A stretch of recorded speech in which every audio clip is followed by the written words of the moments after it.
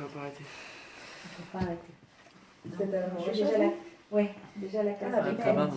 On va voir si ça marche. Donc quand ça marche, il te dit que voilà. C'est bon, ça marche. Baruch Hashem. Avec plaisir. Bezrat Hashem. Alors, on se retrouve ce soir avec l'aide de Dieu. Alors le cours il est dédié pour la réfoua de tous nos malades, plus particulièrement pour Noah Batilana et Gilbert Yitzhak Ben Hana.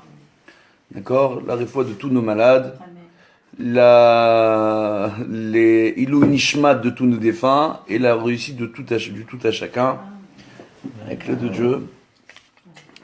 On va, Baruch Hashem, le cours ce soir il est très particulier, on va parler de Rachel Imenu parce que ce Shabbat c'est l'11 Reshvan et selon la Massorette il y a un débat sur la date du décès de Rachel. Et on voit que selon la Massorette, c'est le 11 Reshvan. Il y a une autre qui dit entre Pessah et Shavuot qu'elle serait décédée. On ne tient pas compte de cette DA. La Massorette, c'est le 11 Reshvan. Et on voit que le 11 Reshvan, non seulement c'est la date de décès de Rachel Imenu, mais c'est aussi la date de la naissance de son fils Binyamin. Vu que Rachel Imenu est décédée, partie de ce monde, en donnant naissance à son fils Binyamin. Alors, on a énormément de choses à dire. Il y a le Zohar, il a 3 Mahamarim qui sont intitulés Srut Rachel Imenu. D'accord, 3 Mahamarim qui sont connus. On va essayer de les voir un peu ensemble. Ezrat Hashem. Pour ceux qui suivent le cours en direct, partagez un maximum cette vidéo. Je vous assure que ce soir, ça va être très très très particulier. Sur Rachel Imenu, il y a énormément de choses à dire et vous allez tous comprendre enfin la grandeur de Rachel Imenu. Parce qu'on a du mal à comprendre sa grandeur. Pardon? Ah, je dois vous taguer? Je ne sais pas comment on tag, moi, dans ce truc-là. Hein? Je fais un commentaire? Non, alors je fais un commentaire. Excusez-moi, je fais un commentaire. Comme ça, les gens... Top. Voilà. Voilà, le commentaire du Rav. Top. Voilà, j'ai envoyé top. C'est bien comme commentaire, ça? Oui? Bon, Bezrat Hashem. Donc avec l'aide de Dieu, partagez un maximum la vidéo. On va essayer de commencer le cours. On voit que Rachel Imenu, si vous avez des questions ici, vous n'hésitez pas. Si pendant le cours, ceux qui sont en direct, ils ont des questions, écrivez-les. J'espère pouvoir les voir en même temps. Mes yeux, ils sont pas si bons que ça. L'écran, il est tout petit. Alors, Bezrat Hashem, bonsoir tout le monde. Voilà.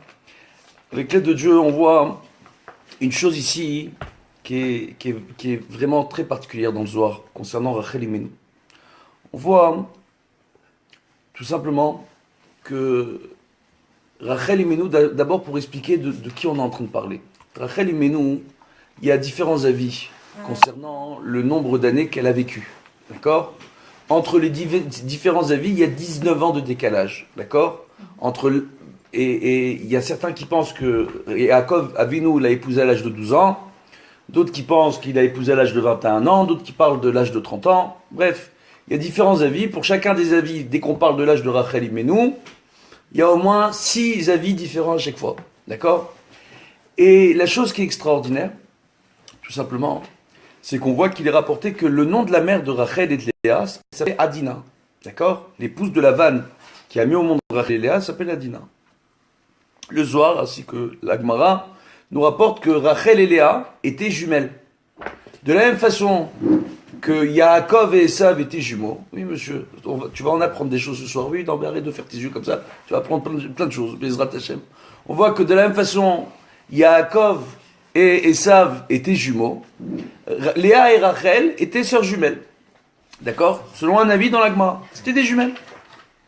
Ce qui veut dire que quand on dit que Bat Léa c'était la grande et Rachel c'était la petite, tout le monde, on s'imagine depuis qu'on est tout petit, quand on nous raconte l'histoire, qu'il y a véritablement un grand décalage entre Léa, qui était déjà arrivée à l'âge de la féminité par excellence, déjà adulte, et Rachel, certains qui pensent qu'elle aurait épousé Yaakov à l'âge de 12 ans. D'autres qui nous disent qu'elle aurait eu 30 ans au moment du mariage. Bref, passons. On voit en réalité, ici, une chose qui est extraordinaire quand on parle de Rachel.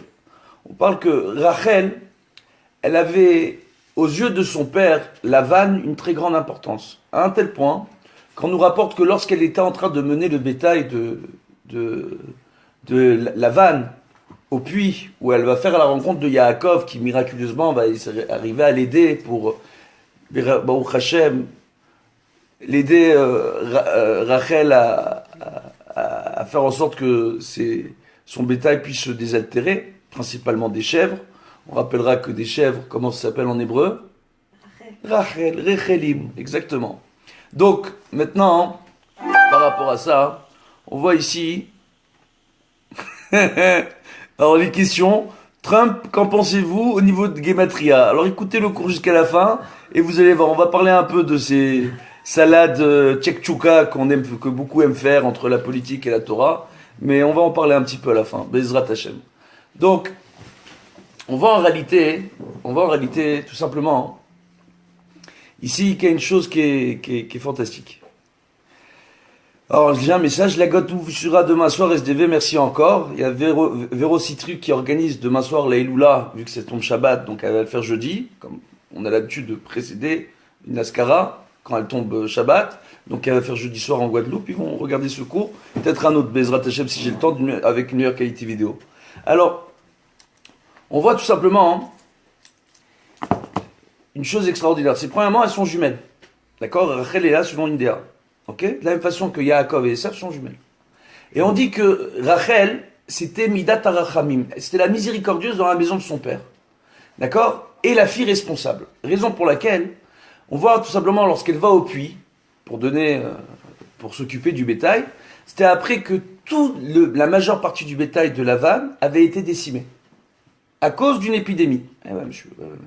Il y avait une grande épidémie. La quasi-totalité du troupeau de Lavan avait été décimée.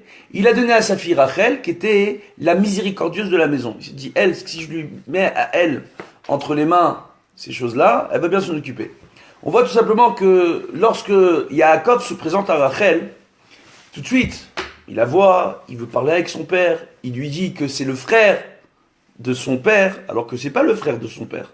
C'est le fils, d'accord? Tout simplement, de la sœur de son père, Yaakov. D'accord ou pas? D'accord? C'est le fils de Rivka. Rivka, c'est la sœur de Lavan. Oui? Et lui, il lui dit, je suis le frère de ton père, ce qui est faux. C'est pas le frère.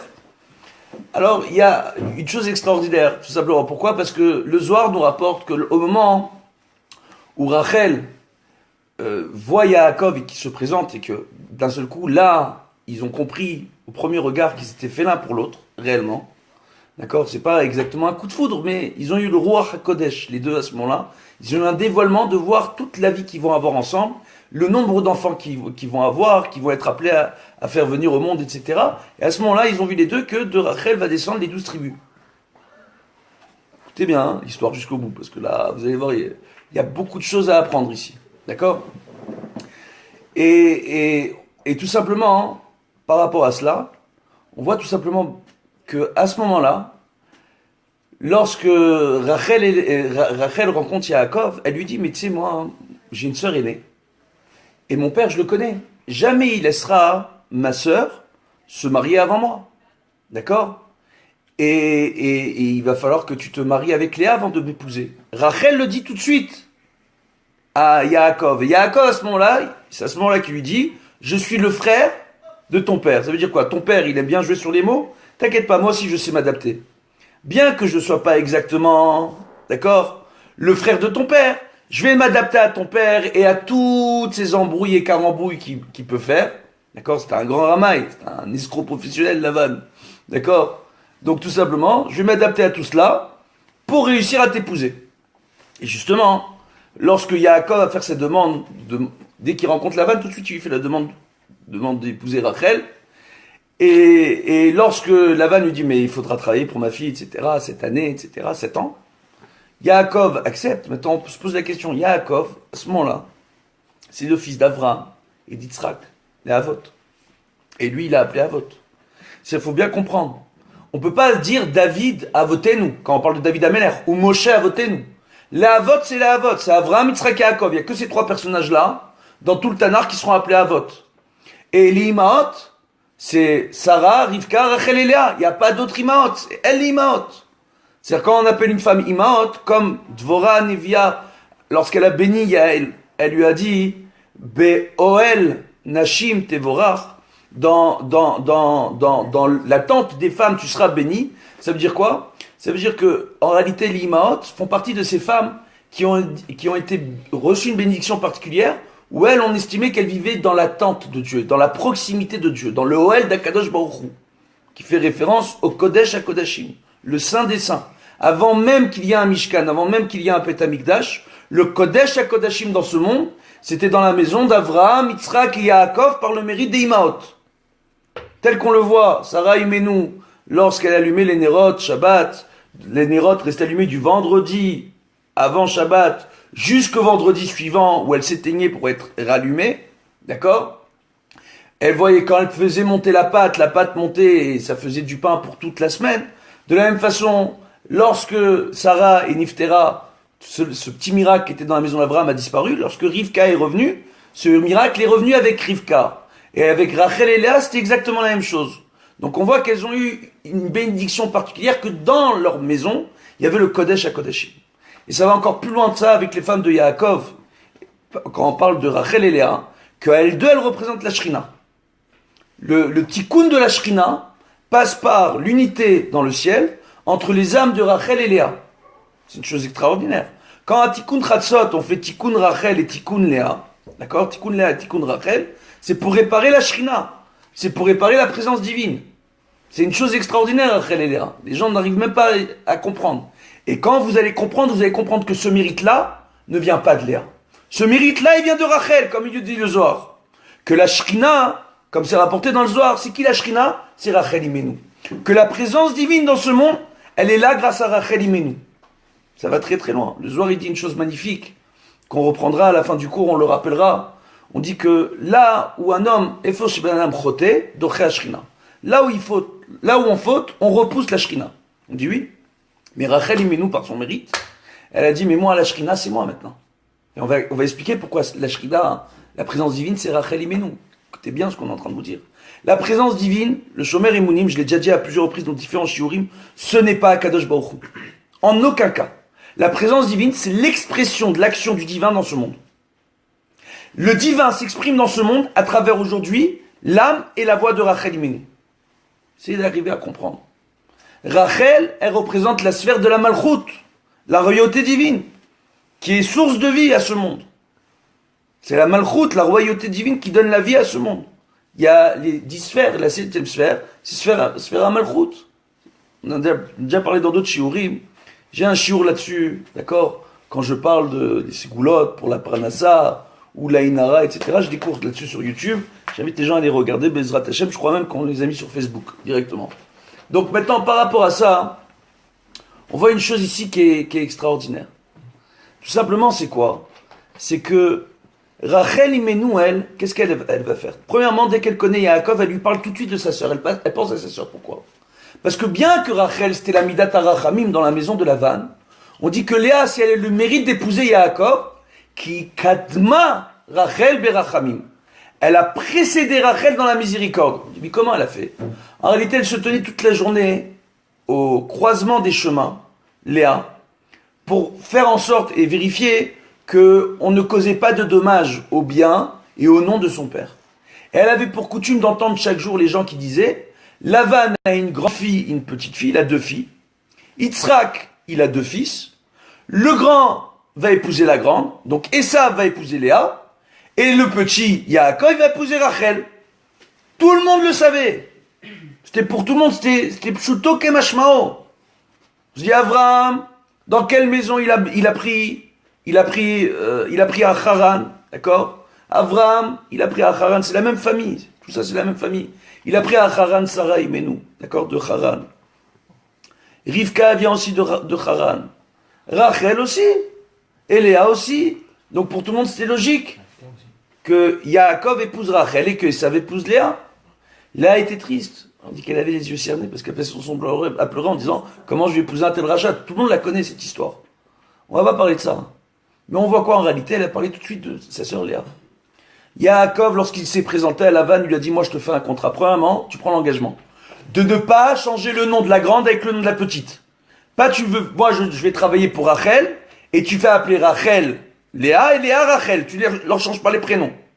D'accord? Il lui fait un contrat avec les différentes conditions. Et malgré toutes les conditions, Lavan, il a trouvé le moyen de lui faire épouser en premier Léa. Qu'est-ce qu'il a fait Yaakov, le fameux Simanim? Non, on ne sait pas, c'est quoi les Simanim? On dit que Yaakov, il a dit à Rachel, je vais te donner des... C'est déconnecté. Voilà, alors ça s'est reconnecté. Baruch Hashem. Donc, je vais te donner, entre toi et moi, je vais te donner des signes. Des signes. Alors, Bezrat Hashem, on reprend, hein, la connexion elle va, elle vient. Hein. J'ai fait attention à cela, vous inquiétez pas. Donc, je suis revenu, on reprend le cours là où on en était. Bezrat Hashem. D'accord? Apparemment, la Wi-Fi ici n'est pas très bonne. Je me suis mis sur le mode 4G. N'est-ce pas? Alors, le cours reprend. D'accord? Donc, justement, il lui a donné des simanim. Baal Tosfot, il vient, il donne des simanim. D'accord? Quels étaient les simanim? Tout simplement, il y a un avis qui dit que le simanim, c'est le siman suivant. C'est une femme, normalement, lorsqu'elle est nida, lorsqu'elle rentre du mikvé, elle doit dire à son mari, Théora Ani, je suis pur, je suis rentre du mikvé, d'accord? Ou elle doit du Bérémez, elle lui dit, ah, je suis rentré, je suis parti faire le bain du mois, ou une chose comme ça, que tant que la femme n'a pas dit explicitement au mari, le mari n'a pas le droit de se rapprocher de sa femme. Il doit être sûr et certain que la femme revient bien du mikvé, et elle doit lui le dire. Hein, je sais, hein. Pour certains, vous me dire ça manque de romantisme, alors que quand on le voit autrement, ça peut être très, très, très bien interprété et très joli. Tout dépend comment on a envie d'interpréter les choses. Alors maintenant, par rapport à cela, il lui a dit donc, ton père, je sais très bien ce qu'il risque de faire, il va te recouvrir le visage, il risque de demander à ce qu'on éteigne les lumières au moment où tu vas arriver sous la choupa, de dire notre minag, c'est de se marier dans le noir, ou avec très peu de lumière, et c'est ce qui s'est passé. Lavan s'est rapporté dans le Zohar, il a dit à Yaakov, nous, chez nous, on se marie qu'à la lumière d'une seule bougie. C'est une salle, tous les invités, etc. Une bougie. Essayez-vous d'imaginer un mariage où vous avez Ben Pourat Yosef, hein, je sais pas, tout dépend de quelle origine on est, mais on va dire, allez, 300, 400, 500 invités, Ben Pourat Yosef. Et dans la salle, vous éteignez toutes les lumières et vous allumez une bougie. Vous imaginez le truc ou pas? Hein? Elles sont ressemblées ou pas? Non, les chassidim, ils allument une bougie sous la choupa. Bref, on va pas... Passons. Elles se D'accord? ressemblaient en plus ou pas? Hein? Elles se ressemblaient? Viens, je te termine. Il a recouvert le visage. Tu n'avais pas moyen. Elles sont jumelles. Donc même âge, même truc. Comment tu veux reconnaître le truc? Attends, écoute bien. Écoute bien. Extraordinaire. Qu'une bougie. Il lui a dit donc voilà, Siman, tu me dis Théora Ani. Ou alors, tu me dis combien de tribus vont sortir d'Israël. Il lui a dévoilé qu'il y aurait 12 tribus. Ils l'ont vu Beruch HaKodesh quand ils sont vus. Donc ils vont sortir 12 tribus. Que c'est lui quart du Ham Israël. Peut-être c'est un autre Siman. Après Baal Tosfot, il dit encore un autre avis. Qui rapporte tout simplement que il lui a donné, qu'est-ce qu'il lui a donné encore comme siman? Donc, les tribus d'Israël, Théora Ani, d'accord? Après, il lui a donné, bref, passons, il lui a donné 4 simanim différents, d'accord? Et en réalité, je m'en souviens pas maintenant là tout de suite de tête, c'est dommage. Donc, mais il est rapporté réellement que le siman principal, ce serait Théora Ani, lui spécifier qu'elle était pure, d'accord? Ou les 12 tribus, ça c'est extraordinaire, d'accord? Et c'est extraordinaire, pourquoi? Parce que, avant de terminer cette histoire, on va vous raconter ce qui s'est passé quand le premier Beth Amikdash a été détruit. Et ça c'est extraordinaire. Quand le premier Beth Amikdash a été détruit, il y a une bat kol, une voix céleste qui s'est levée dans le ciel, et qui a dit, comment, vous les pères et les mères d'Israël, votre temple à Jérusalem, le temple des Bnei Israël pour Dieu, le temple de Dieu, est détruit. Vos enfants sont en train d'être menés à l'exil. Et vous n'intervenez pas. Dans votre sommeil, vous êtes endormis. Quel langage du soir. Dans votre sommeil, vous êtes endormis. Réveillez-vous. Les pères et les mères d'Israël se sont réveillés à ce moment-là. C'est le premier Mahamar du soir sur les Sruyot de Rachel Imenu, qui était bien. Les pères et les mères d'Israël se sont réveillés à ce moment-là. Et ils ont entendu, parce que Dieu ne les a pas avertis qu'il allait réellement détruire le Beth Amikdash. Ils ont entendu que le Beth Amikdash a été détruit. Et que leurs enfants sont en train d'être emmenés en Babylonie, vers le premier exil. Et qu'est-ce qui se passe à ce moment-là? Tout simplement, il se passe une chose extraordinaire. La chose qui est fantastique ici, c'est que eux décident, les Avot et les Imaot, de tous descendre à Yerushalayim. Ils vont dans les cendres du Beth Amikdash, à l'emplacement du Beth Amikdash. Ils sont là en train de pleurer. Et Avraham Avinu, qui est le Chesed, il représente la miséricorde dans le ciel, commence à prendre la parole pour dire: où sont nos enfants? Dieu, qu'as-tu fait? Pourquoi tu détruis cette maison? Ils ont commencé à prier pour demander la miséricorde à Dieu. Et Akadosh Baruch Hu, il s'est dévoilé à eux. Il dit: mais comment toi, Avraham, tu viens prier pour tes enfants? Ne sais-tu pas ce qu'ont fait tes enfants ici dans ma maison? Tes enfants, ils ont fait Gilouy Arayot, ils ont eu des mauvaises mœurs, ils n'ont pas respecté la Brit Mila. Les hommes, ils ont fait des choses horribles vis-à-vis de leurs mœurs. D'accord? Ils ont fait Avodah Zara. Une chose pareille, je ne peux pas tolérer. C'est ce que lui répond Akadosh Baruch Hu. Dans ma maison, ils ont fait Avodah Zara. Gilouy Arayot, le Brit, car entre nous le Brit Shalom, lorsqu'on fait la bénédiction de la Brit Mila, on prie pour que l'enfant à qui on est en train de faire la Brit Mila, il fasse attention au Hot Berit, d'accord? À ce signe de l'alliance avec Dieu. Qui est quoi ce signe de l'alliance? On dit que l'alliance c'est le Bédibour normalement. C'est quoi ce maasé qu'on fait? Tout simplement, il a rapporté que la Orla, la clipa de la Orla, le prépuce, on le compare à quoi? Tout simplement, on dit une chose extraordinaire dans le Zohar. On dit que lorsqu'un homme vient au monde, il n'y a que les lettres Shin et Dalet qui font vivre sa neshama à travers son corps. Et à partir du moment où on lui fait la Brit Mila, on lui rajoute l'ADN à partir de la neshama, d'accord? Donc on dit qu'il y a le nefesh, etc. Et qu'avant de rajouter la neshama, le niveau supérieur de l'âme, entre guillemets, il a nefesh et ruach, d'accord? Après, avant de rajouter neshama et chaya et chida, tout simplement les trois niveaux supérieurs de la neshama, on doit faire au garçon la Brit Mila. Et lorsqu'on fait la Brit Mila, cette Brit Mila que l'on fait lorsqu'on enlève le prépuce, ça rajoute la lettre Yud à l'enfant, ce qui donne les lettres Shaddai, Shmor Delet Israël, mais Shahamardai aussi, c'est aussi celui qui a dit Shaddamardai, les Briatos, c'est-à-dire qui a dit assez à sa création, qui a créé le monde avec sa seule parole, Akadosh Baruch Hu. Et on dit que là, il est comparé, et que tant que on lui a pas fait la Brit Mila, il devient quoi? Shindalet. C'est quoi Shindalet? C'est un shed, un démon.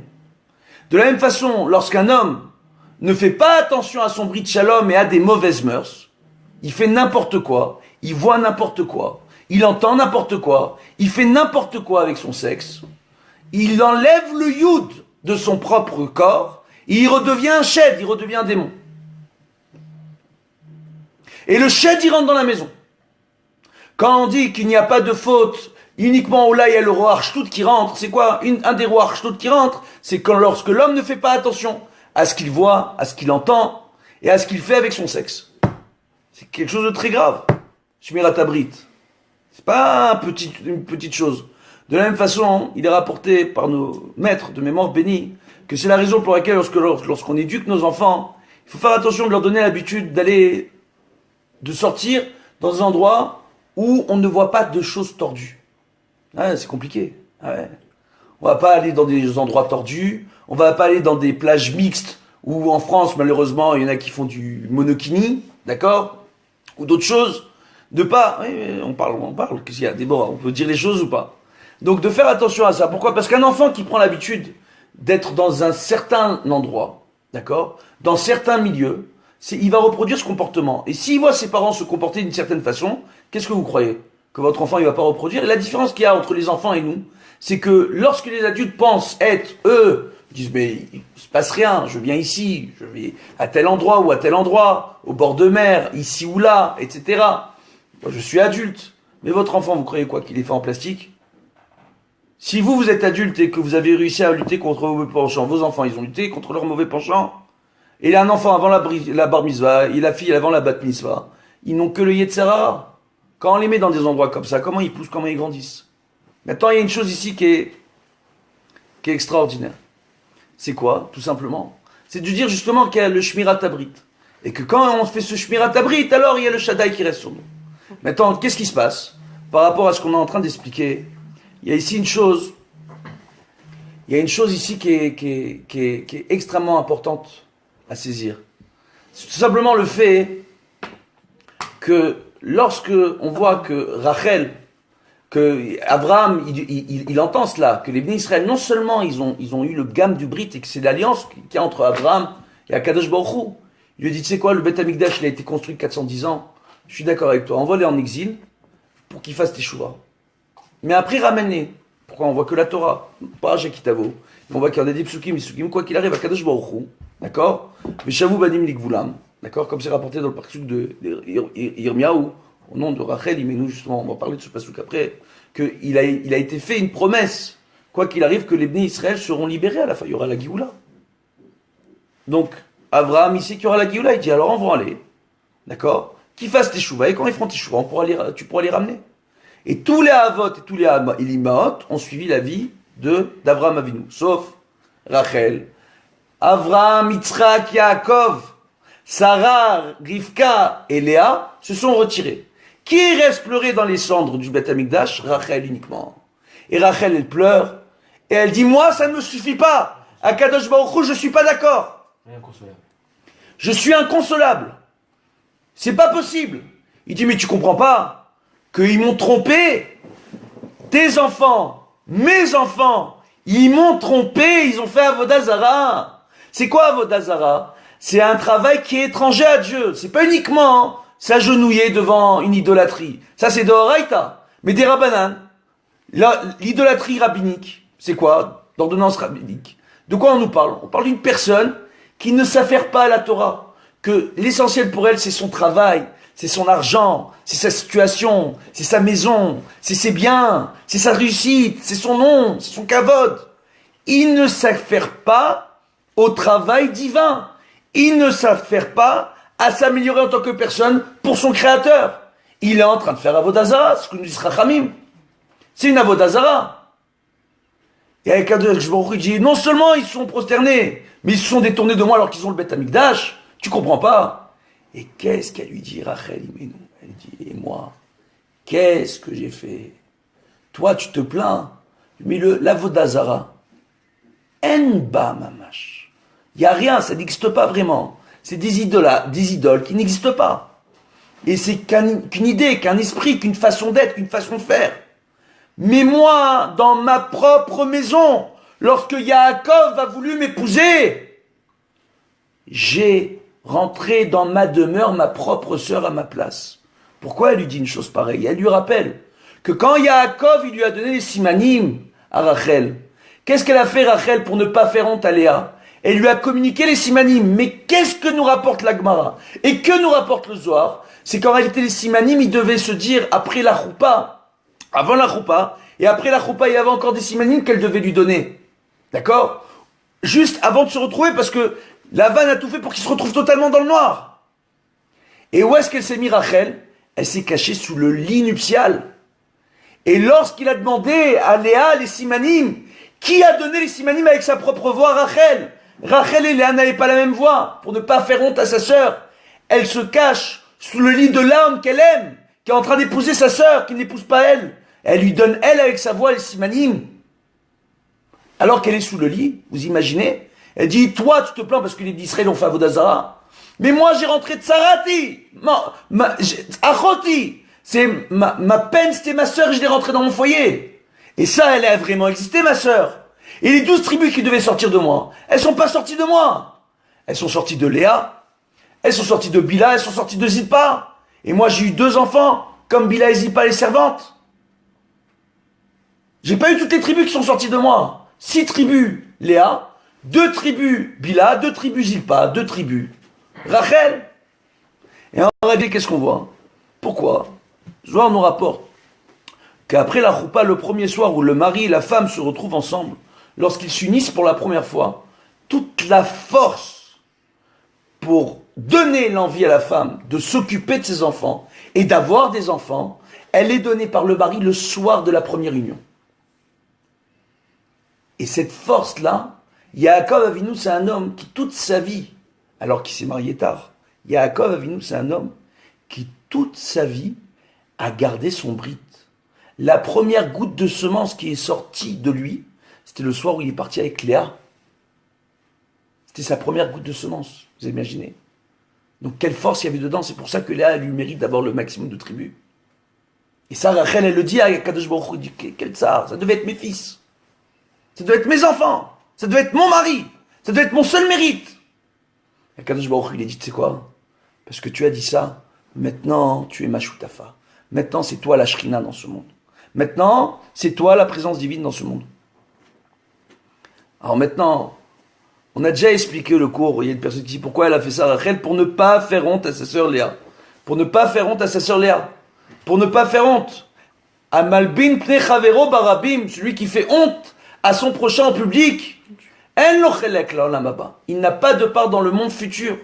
Rachel, elle ne voulait pas faire honte. Vous imaginez un mariage, d'un seul coup, il est rappelé par le Zohar qu'au moment où Yaakov pensait que c'était Rachel, ils ont tous chanté Eléa, Eléa, Eléa, Eléa, Eléa, Eléa. C'est quoi? C'est Léa, c'est Léa. Fais attention. Hey Léa, hey Léa.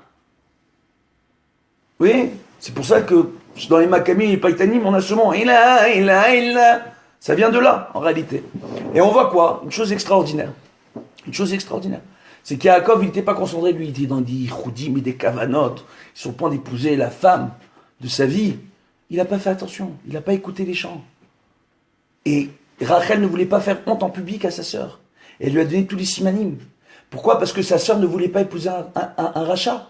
Et ça reste la sœur de Rachel. Elle peut pas. Moi, je serais assez forte pour supporter ça. Elle était disposée à épouser Esav, Rachel. Quel messirut nefesh.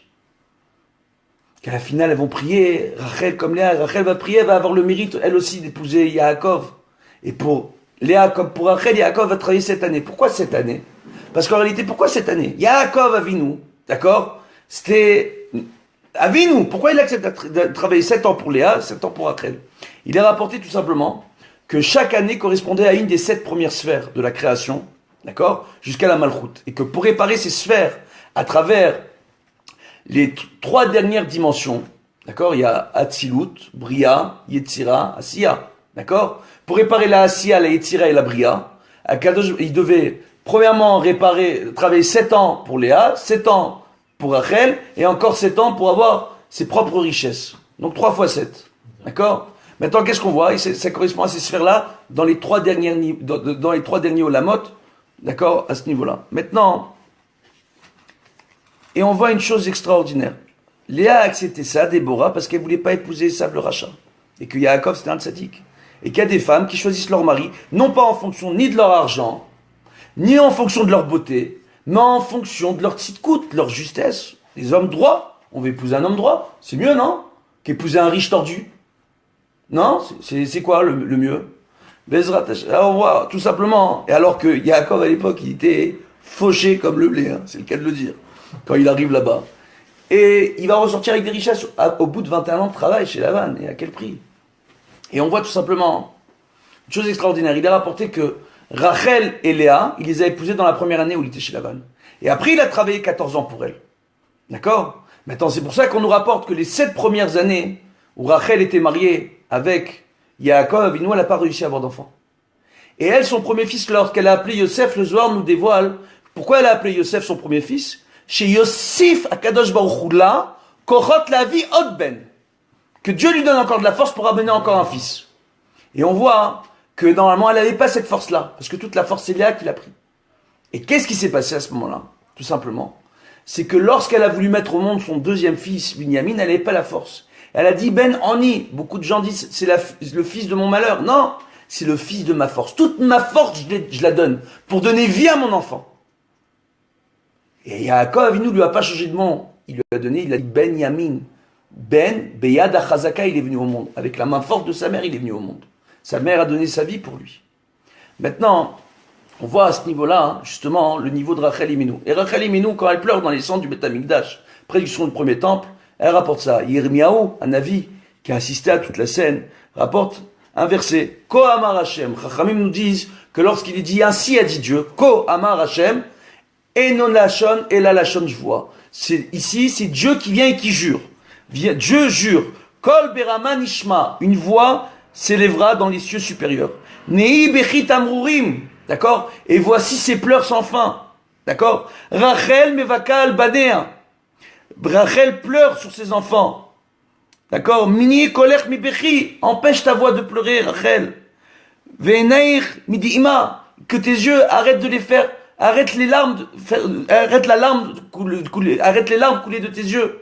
Et c'est quoi Dima? On voit que Rachel Imenu, c'est 2 fois la gematria de Dima, une larme pour chaque œil.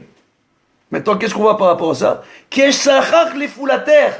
Parce que pour tout ce que tu es en train de faire, il y a un salaire. Rachel, pour tout ce que tu as supporté au moment de la destruction du premier temple, pour tout ce que, Dieu lui dit ça au moment de la destruction du premier temple, pour tout ce que tu as supporté avec ta sœur Léa, aujourd'hui sache que tout ce que tu as supporté aujourd'hui, il y a un salaire. Pour tout ce que tu as fait. Veshavou me'eret soyev. D'accord? Et ils reviendront tes enfants de la terre de leurs ennemis, de Babylonie. Ve'eshtikva le'achariter. Il y aura même encore de l'espoir après toi. Alors qu'elle est déjà partie de ce monde. Neum Hashem, telle est la parole de Dieu. Veshavou banim likvulam. Et les enfants reviendront à leurs propres frontières et reviendront en Israël. On se dit, attends. Qu'est-ce qu'elle a gagné, Rachel? Les Bnei Israël, le Beth Amikdash, il est déjà détruit. Les Bnei Israël, ils sont déjà partis en Babylonie. Oui. Il dit, je vais revenir. Je vais venir par son mérite. Il dit, attends, je ne comprends pas. Mais avant, il dit, il faut revenir. Qu'est-ce qu'elle a gagné, Rachel Imenu? Rachel Imenu, elle a gagné une chose extraordinaire. Rachel Imenu, elle a gagné le fait que Avraham, ce que lui, il a demandé, c'est que d'abord, on fasse teshuva pour avoir le mérite de revenir. Rachel a dit, même si on n'est pas réouïm, et même si on n'arrive pas à faire teshuva, même si on n'est pas pséder, quoi qu'il arrive, Akadosh Baruch Hu a pris l'engagement de nous faire revenir en Israël. De nous faire revenir en Israël. On le voit. Au moment de la reconstruction de l'État d'Israël, ici, en Israël, c'est pas les plus religieux qui sont venus au début pour reconstruire la terre. C'est pas les plus religieux qui ont fondé les premiers gouvernements. Ils y ont participé, les religieux, mais c'est pas eux. C'est-à-dire, tout le monde a pu revenir. Tout le monde, la porte est ouverte à tous. On n'attend pas de voir ton mérite. Tout le monde revient. Comment c'est possible? Par le mérite de Rachel Imenu. Ça, c'est par le seul mérite de Rachel Imenu. Ça, il faut arriver à comprendre. C'est ça qu'elle a gagné. C'est cette chanson que l'on chante en général, Souda Shlishit, le Shabbat. Kol berama nishma. Vous la connaissez? Pas chanter, je chante mal. Alors maintenant, par rapport à ça, on voit quoi? C'est vrai, je chante mal. Je vais peut-être prendre des cours de chant un jour quand j'aurai le temps. Quand j'aurai trouvé un prof de chant qui est disposé à me donner un cours entre 3h et 4h du matin. Alors maintenant, on voit tout simplement, ça va réveiller tout le monde. On voit une chose extraordinaire. Ouais. Alors, on voit une chose ici qui est vraiment très importante. Il y a un deuxième Mahamar sur Rachel Imenu Davka, dans le Zohar. Dans le deuxième Mahamar, il est rapporté tout simplement une chose ici qui est vraiment, mais on ne se rend même pas compte. Dans le deuxième Mahamar, il nous est dévoilé tout simplement que le kever de Rachel Imenu, c'est un endroit extraordinaire pour toutes les prières. On parle de quelle prière? Il y a un sefer qui s'appelle Limud Kra, kever Rachel Imenu. D'accord? C'est les rachetevot de kever Rachel Imenu. D'accord? Et dans ce sefer-là, il est rapporté des histoires extraordinaires sur kever de Rachel Imenu. Il y a 150 ans, il y a un non-juif. Il a voulu venir entrer dans le kever pour voler ce qu'il pouvait trouver. Il est resté bloqué entre les suragim.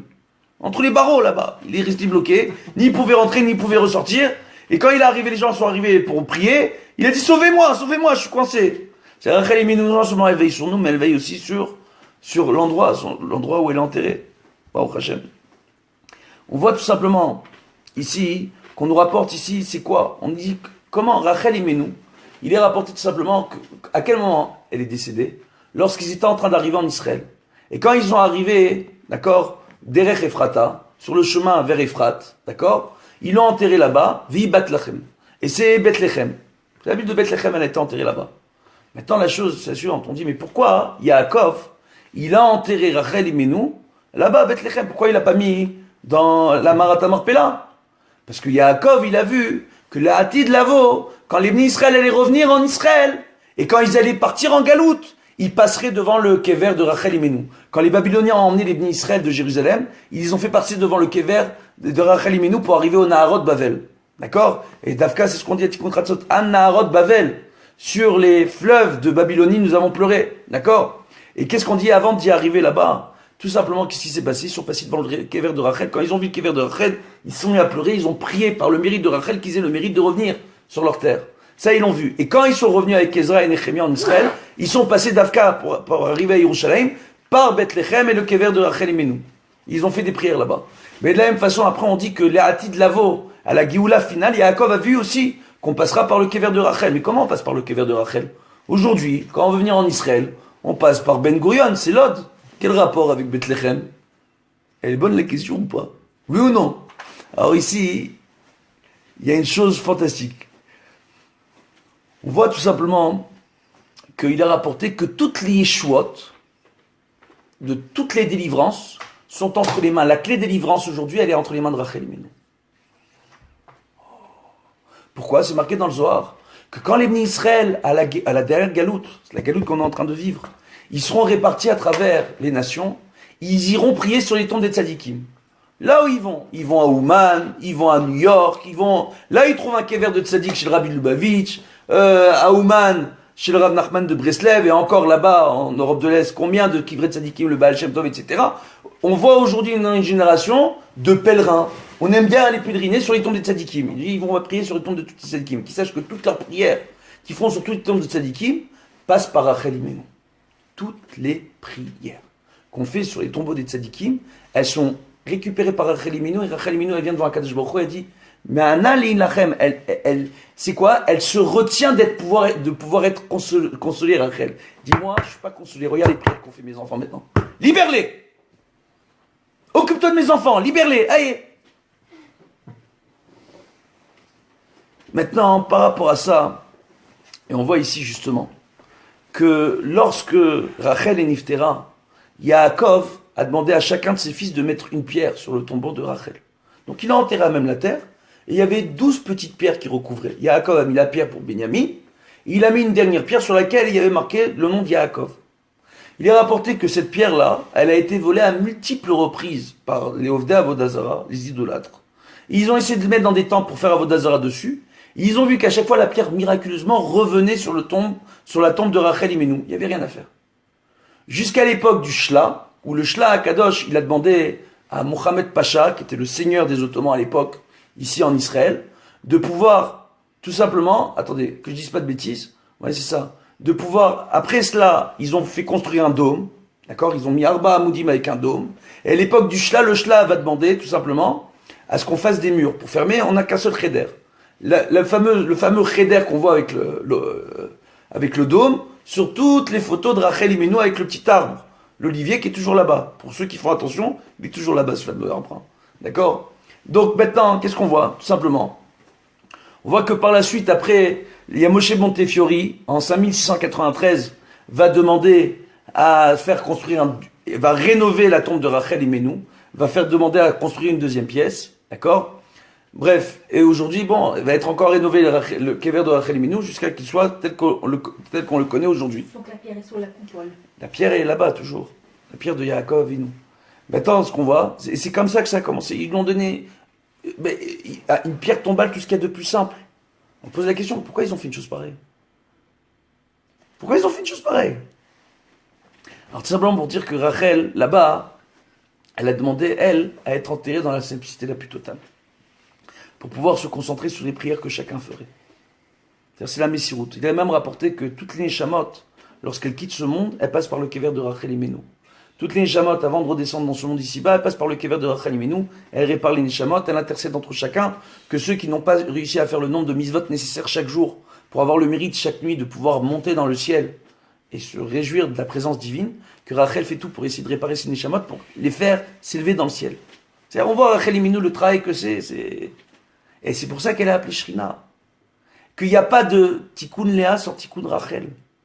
Il n'y a pas. C'est Rachel Imenu. Et qu'on dit que son tombeau, d'Afka, c'est le lieu de toutes les Yeshuot. Il est rapporté une histoire fantastique. Très connue. D'une femme qui est partie là-bas, à l'Aïloula de Rachel Imenu, il y avait beaucoup trop de monde. Et elle est tombée par terre. Elle commence à crier, à pleurer. Rachel Imenu, toi tu as su c'est quoi être stérile. Pourquoi Rachel Imenu, les 7 premières années de sa vie, de son elle avec Yaakov, elle était stérile, elle n'a pas pu avoir d'enfant. Au bout de 7 ans, elle a eu Yosef. Après, elle est encore pendant 7 ans, elle était stérile, et au bout de 7 ans, elle a eu Binyamin. 7 ans de décalage entre Yosef et Binyamin. Elle dit, toi tu as su, Rachel Imenu, toi tu as su. Tu sais c'est quoi? Fais que je puisse avoir un enfant. Et qu'est-ce qui s'est passé? Tout simplement, l'année d'après, cette femme est venue avec un bébé dans les bras. Alors qu'elle était connue pour être une femme qui n'arrivait pas à avoir d'enfant depuis des années. Et par rapport à cela, on voit une chose qui est extraordinaire sur Rachel Imenu, c'est que Rachel Imenu, elle dit, regardez, le dernier Mahamar sur Rachel Imenu, c'est le troisième. Rachel, il est rapporté tout simplement qu'elle est comparée à la Shrina et qu'elle dit au Bnei Israël, chaque jour, dans ses prières, ne comptez pas sur les nations. Vous êtes un petit mouton au milieu de 70 loups. Regardez combien, hein, depuis 1 an, tremblent à l'idée des élections aux États-Unis. Ils sont partis voter, les Américains. Trump ou Clinton. Alors, entre la peste et le choléra, je ne sais pas quoi choisir. Je vous dis la vérité. Voilà, je vous en parlais très franchement. Pour ceux qui pensent que Trump il est bon pour Israël, vous vous trompez. Pour ceux qui pensent que Clinton est bon pour Israël, vous vous trompez. Tout le monde se trompe. Maintenant, ici, il y a une chose qu'il faut très bien comprendre. On n'a pas besoin des États-Unis, on n'a pas besoin de l'Amérique. On a besoin de faire teshuva. On a besoin de se renforcer. Il y a encore quelques années de cela, les Iraniens ont menacé de faire tomber 15 000 missiles sur Israël. 15 000 missiles en une journée, ils ont dit qu'ils pouvaient nous envoyer dessus. Oui ou non? Vous en souvenez ou pas? Ils sont leurs 15 000 missiles. Ils sont les Iraniens. La Syrie, Assad, il n'a pas promis de nous massacrer. Où est-ce qu'ils en sont, les pauvres Syriens, aujourd'hui? Malheureusement. Donc il faut bien arriver à comprendre que nous, on a besoin d'Akadosh Baruch Hu, de la Teshuvah. C'est ce qu'elle dit Rachel Imenu. Mais Anna Leinachem, elle passe son temps à prier. Elle abandonne jamais. C'est l'abnégation de soi par excellence, Rachel Imenu. Elle s'est sacrifiée pour sa sœur. Elle s'est sacrifiée pour Shimon et Lévi. Elle s'est sacrifiée pour son fils Binyamin. Elle s'est sacrifiée pour le bien-être de Yaakov, pour les Shvatim. Rachel Imenu, elle se sacrifie pour nous chaque jour. Yosef Hatzadik, lorsque son père devait être enterré et qu'il lui a fait jurer Yaakov de l'enterrer en Israël, il a rapporté dans le Zohar que Yosef Hatzadik lui a dit, papa, tu veux pas quand je vais te enterrer à la Marata Marpella avec tes pères, qu'on prenne maman, Rachel, on l'enterre avec toi? Il dit, mais tu crois que j'ai pas demandé avec Akadosh Baruch Hu déjà? Akadosh Baruch Hu, il me laisse pas bouger ta mère de là-bas. Impossible de bouger ta mère de là-bas. Pourquoi? Parce que de là-bas, toutes les prières passent. Là-bas, toutes les neshamot passent et que c'est ta mère Rachel qui s'occupe d'eux. Parce qu'elle s'est toute sa vie sacrifiée pour nous. Raison pour laquelle, premièrement, lorsqu'on veut rajouter un nom à une femme, lorsqu'elle a des problèmes, on lui donne pas le prénom de Rachel. Et lorsqu'on donne le prénom de Rachel à une femme, on lui donne pas le prénom de Rachel seule, parce que c'est une âme sacrifiée. C'est l'abnégation et le sacrifice de soi-même par excellence, Rachel Imenu. Si on tient ici aujourd'hui, c'est par le mérite de Rachel Imenu. Ce Shabbat, ce sera la Eloula, le 11 Rejvan, la Eloula de Rachel Imenu. Que chacun vienne et prenne sur soi d'allumer un petit nerf, bien avant d'allumer les nérodes de Shabbat, d'allumer un petit nerf, les Ilou Nishmata, de donner la tzedaka, de faire des prières toute la semaine par son mérite, ça commence dès maintenant, de faire des prières que le mérite de Rachel Imenu nous intercède en notre valeur. Il est rapporté dans le Moussaf, d'accord? Raché Chodashim, le Amcha Tikanta. D'accord?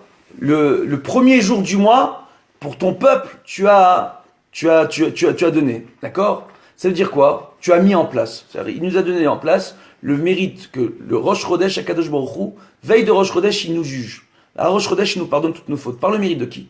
Rachel Imenu. Raché Chodashim Le'amcha. Raché Tevot, Rachel.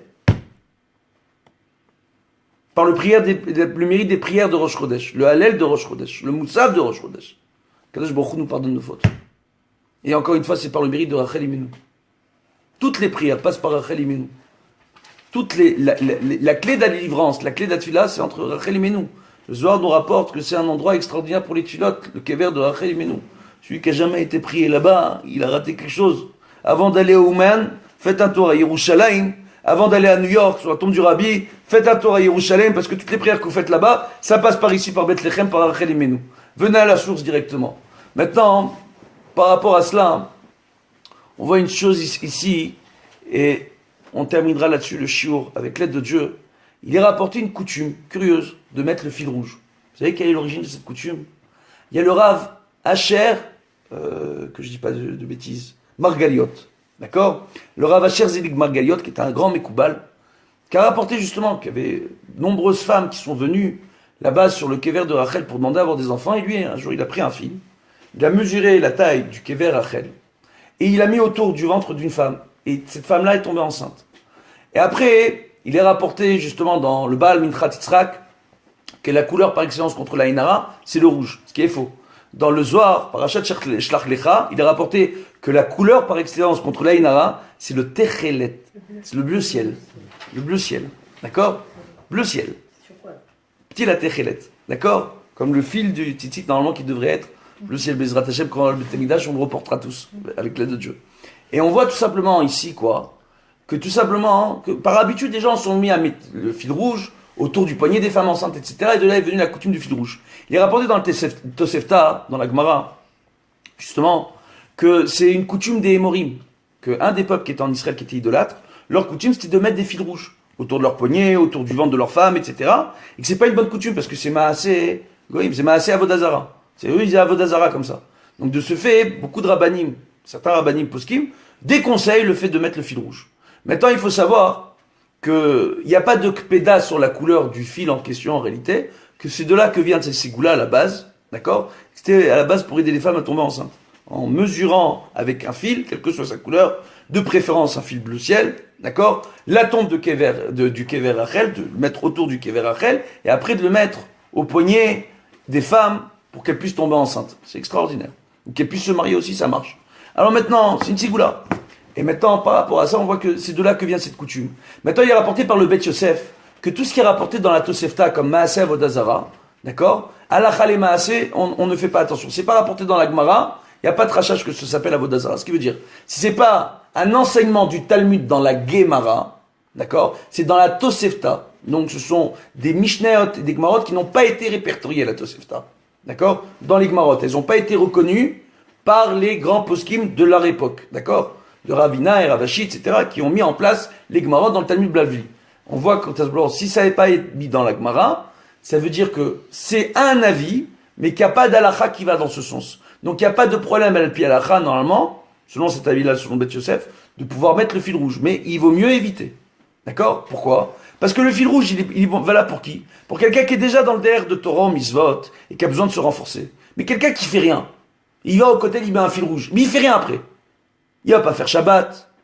Il va pas manger kasher correctement. Il va rien faire, il a juste le fil rouge. Il est venu en Israël avec le fil rouge. Qu'est-ce que tu es en train de faire? C'est pour ça qu'il faut mieux éviter le fil rouge. Simplement pour pas avoir de kitrougim dans le ciel.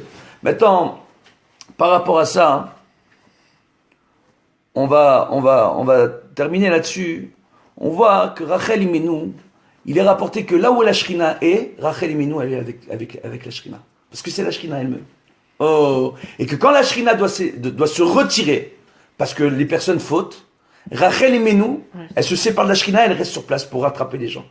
Ce que j'ai déjà expliqué, ça, on comprend. Rachel Imenu, elle va rester là où on devrait tous se sauver. Elle reste pour essayer de réparer. Il est rapporté qu'il y avait le Rabbi Mordechai Mitchernobyl, d'accord, qui est un des élèves du Baal Shem Tov, un des grands rabbanim de Tchernobyl avec son père qui était un admour avant lui, Zecher Tzadikim Gdoshim Ivracha. Il avait une chose particulière. Lui, à l'époque, à Tchernobyl, il allait dans toute l'Europe de l'Est, il passait son temps à s'occuper de la visa de Pidyon Jouim. Lorsque des Juifs étaient incarcérés en prison, d'accord, pour des crimes qu'ils n'avaient pas commis, c'est important de dire, quand un Juif est mis en prison pour un crime qu'il a commis, on n'a pas réellement la misva de Pidyon Jouim. C'est uniquement lorsque quelqu'un est incarcéré, d'accord, pour un crime qu'il n'a pas commis à tort, pour le seul crime d'être juif. Il y a la misva de Pidyon Shvuim, de racheter des prisonniers. D'accord? Le rachat des prisonniers. Il passait son temps à faire le Pidyon Shvuim. Et puis un jour, on ne comprend pas, les autorités, il leur a tapé sur les nerfs, en plus tous les jeudis, il passait son temps, lui, avant Shabbat, à distribuer à manger et à boire aux pauvres. Il faut comprendre, et son père avant lui, et le grand-père avant lui. C'est un mérite extraordinaire dans cette famille. Et puis un beau jour, les autorités décident de sortir contre lui. Et l'enferment en prison, pour rien. Et le mettent en prison. Là-bas, tous les juifs se révoltent et disent, laissez-lui le mérite au moins de pouvoir avoir des tefilines, de pouvoir avoir un talit, de pouvoir avoir une coupa de tzedaka, de pouvoir avoir un sidour. Et là-bas, les autorités ont accepté. Ils ont aussi talit, tefilines, coupa de tzedaka, etc. Et un beau jour, au barreau de sa cellule, apparaît une femme qui frappe au barreau. Et lui, il voit la femme, il pense que c'est une mendiante. Il dit, tiens, tu veux la tzedaka, j'ai une coupa de tzedaka, prends l'argent qu'il y a dans la tzedaka. Elle dit, non, je suis pas venu pour ça. Je suis venu pour te rapporter une histoire qui est rapportée dans Baba Batra, dans la Gemara. Sur Nechonia, à l'époque du Beth Amikdash, il y avait un homme qui s'appelait Nechonia, qui pour toutes les personnes qui montaient à Yerushalayim à l'occasion des 3 fêtes, il avait fait creuser sur tout le chemin de Jérusalem des puits. Il avait mis en place là-bas des puits, pour que justement les gens puissent se désaltérer et se reposer. D'accord? Il avait fait construire des petites bâtisses pour que les gens soient à l'ombre et puissent se désaltérer, etc. Surtout le chemin d'Yerushalayim. Et dans tout Israël, il avait fait ça. Extraordinaire. Et un beau jour, il arrive tout simplement à un malheur. La fille de Nechonia est tombée dans un puits. Il n'était pas bien du tout. Il est parti voir Rabbi Hanina ben Dossa, qui était un des grands de la génération. Il demande à Rabbi Hanina ben Dossa, prie pour ma fille. Prie pour ma fille. Rabbi Hanina ben Dossa dit, comment crois-tu, une chose pour laquelle tu t'es inquiété toute ta vie, qu'il puisse y avoir de l'eau et des puits sur tout le chemin de Jérusalem, dans tout Israël, pour chaque juif qui vient à Yerushalayim, au Beth Amikdash, comment, une chose pour laquelle tu t'es inquiété, comment elle peut te causer du dommage? Ne t'inquiète pas. Ta fille, d'ici la fin de ma phrase, elle sera sortie du puits. Nechonia, il n'était pas tranquille, il revient le voir, il dit, je t'en supplie, fais quelque chose, il dit, il n'y a rien à faire. Je te dis, voilà, fais une fila, il rate ça, que Akadosh Baruch Hu sorte ta fille. La phrase termine, il va et on lui apprend que sa fille est sortie du puits, miraculeusement. Il dit, comment t'es sorti du puits? Et il dit, là-bas, il y a des chefs, des Rechelim qui sont venus et qui m'ont sorti du puits. Ah, fantastique. Alors, on ne comprend pas, c'est quoi cette histoire? Et elle lui dit, et la femme, elle dit au Rav Mordechai de Tchernobyl, elle lui dit justement, comment crois-tu une mitzvah pour laquelle tu t'es inquiété toute ta vie? Puis viens de jouer, toi, ton père, ton grand-père. Comment toi, aujourd'hui, tu peux être mis toi-même en prison? Alors que toute ta vie, tu t'es occupé de faire libérer tous ces prisonniers. Et Rabbi Mordechai, il dit, mais je me suis posé cette question, comment c'est possible? Il dit, sache qu'en réalité, Akadosh Baruch Hu, il t'a fait rentrer ici en prison pour que tu ressentes la valeur de la mitzvah que tu es en train de faire. Que tu comprennes l'importance. Parce que tu t'occupes de cette mitzvah et tu t'en occupes très bien. Mais tu ne pouvais pas comprendre à quel point cette mitzvah était importante jusqu'à que toi-même tu sois en prison et que tu ressentes ce qu'ont ressenti tous ces prisonniers qui ont été en prison. Et là, elle termine sa phrase, elle disparaît et on arrive, on lui ouvre sa géole et on le libère de sa cellule. Il ne comprend pas. Et il sort, il raconte cette histoire. On lui dit, mais t'as pas compris, elle t'a dit les Rechelim. Les Rechelim, c'est Rachel et nous en personne qui est venu pour tout sortir de là. De la même façon qu'il a rapporté dans la Gemara, que qui a sorti la fille de Rabbi Nechonia, c'est Rachel et nous elle-même. En envoyant quoi? En envoyant des Rechelim. Bezrat Hashem, que Rachel et nous continuent à faire attention à nous. Il y a des vidéos et des vidéos sur Internet, pendant les différentes opérations, durant les guerres, où des soldats et des soldats témoignent à toutes les guerres qu'ils ont vu une femme qui s'appelait Rachel, qui a intercédé, qui est intervenue, etc., pour sauver les Chayalim. Bezrat Hashem, qu'elle continue à prier pour nous, Rachel aimez-nous, que son mérite nous protège, Bezrat Hashem, qu'elle continue à intercéder en notre faveur et que nous, qu'on nage et qu'on apprenne de son propre modèle. Pourquoi une femme, qu'est-ce qu'elle doit apprendre? Un, que la force de cette fille-là, elle est extraordinaire pour une femme. Et que deux, l'abnégation de soi ne peut lui faire que gagner, non pas pour elle, mais pour son mari et sa descendance. Ça ne peut lui faire que gagner le bien-être des gens qu'elle aime. Et une femme, lorsqu'elle voit les gens autour d'elle qui vont bien, qui sont épanouis, ça lui apporte elle-même l'épanouissement. Je m'occupe énormément, comme vous le savez tous, de Shlom Bayit. Combien de fois je vois des femmes qui ne sont pas bien lorsqu'elles voient leur mari qui n'est pas épanoui? Il n'est pas bien. Et la femme me dit, mais j'ai fait tout ce qu'il faut à la maison pour qu'il soit heureux, je suis à son écoute, à sa disposition, mais il n'est pas bien. Comment est la femme quand le mari n'est pas bien? Comment est une femme quand ses enfants ne sont pas bien? Que la différence entre nous, les hommes et les femmes, c'est que la femme, elle vit à travers les gens qu'elle aime. Elle est chérie, non pas pour elle-même, mais pour les autres. Ça, c'est la Eshatraï. Ça, c'est la femme. Bezrat Hashem, qu'on ait le mérite de voir toutes les bnotes Israël être des femmes vaillantes. Facebook, il veut pas la bracha. Donc, on terminera là-dessus. Que toutes les femmes aient le mérite d'être des femmes vaillantes, des Eshatraïl sur le modèle de Rachel et Menou. Qu'elles aient le mérite d'être la Shrina dans la maison. C'est la raison pour laquelle on dit que la femme dans la maison est comparée à la Shrina. Sur le modèle de Rachel et Menou. Il y a beaucoup de petits secrets qu'on a dévoilés ici, qui sont inscrits dans le Zohar. C'est pas des grands secrets. Mais quand on les connaît, c'est tellement beau, la Torah, Baruch Hashem. Matok mitvash.